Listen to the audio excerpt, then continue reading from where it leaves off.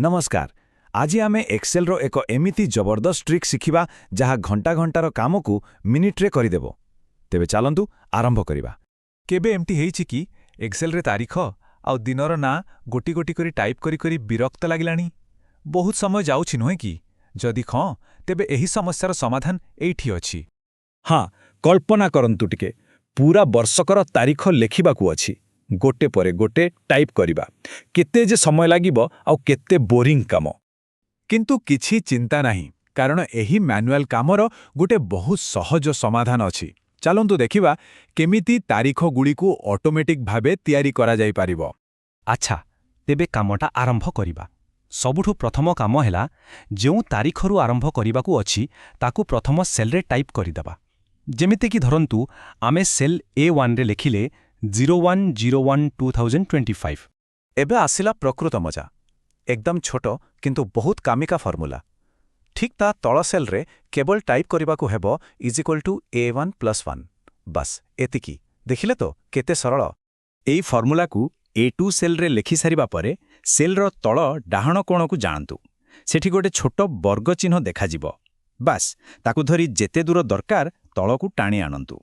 आउ देखंतु ए जादू चाऊ चाऊ किछि सेकेंड भितरे पूरा तारीख लिस्ट तैयारी होई गला। कमाल नहे कि?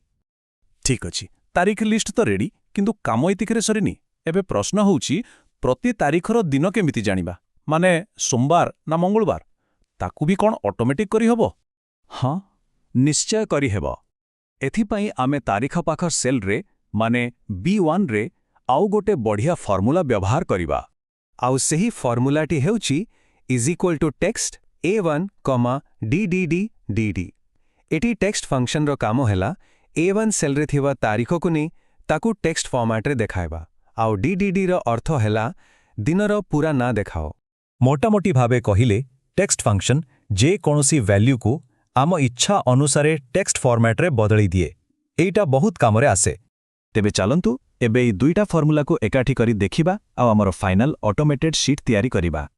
एही देखंतु फळा फळा गोटे कलम रे तारीख आउ ता पाखो कलम रे ठीक ठीक दिनर ना सब किछि ऑटोमेटिक। देखिले तो दुईटा छोटो फॉर्मूला मिसी केते बड़ काम करदेला। किंतु कथा एतिकिरे सरिनी।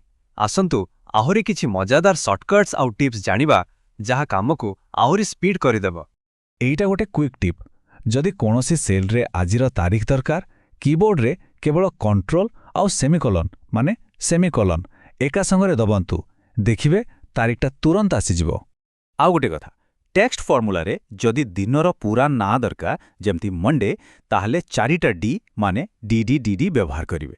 आउ जदि खाली 3 अक्षरर ना दरकार जेमती मन, ताहले 3टा डी माने DDD व्यवहार करिवे। बहुत सहज। तेबे एथिरु आमे कोन सिखिले? गोटे छोटिया सरल फॉर्मूला आमर घंटा घंटार परिश्रम बंचई पारिबो। एक्सेल रे कठिन परिश्रम नुहे, बरং एमटी स्मार्ट भावे काम करिबा ही प्रकृत कथा। तेबे टिके भाबंतु एहा छड़ा आउ कोन कोन ऑटोमेटिक करा जाई पारिबो? होय तो मासर ना किंबा सप्ताहर नंबर। एक्सेल रो दुनिया रे संभावनार कोनोसी सीमा नाही।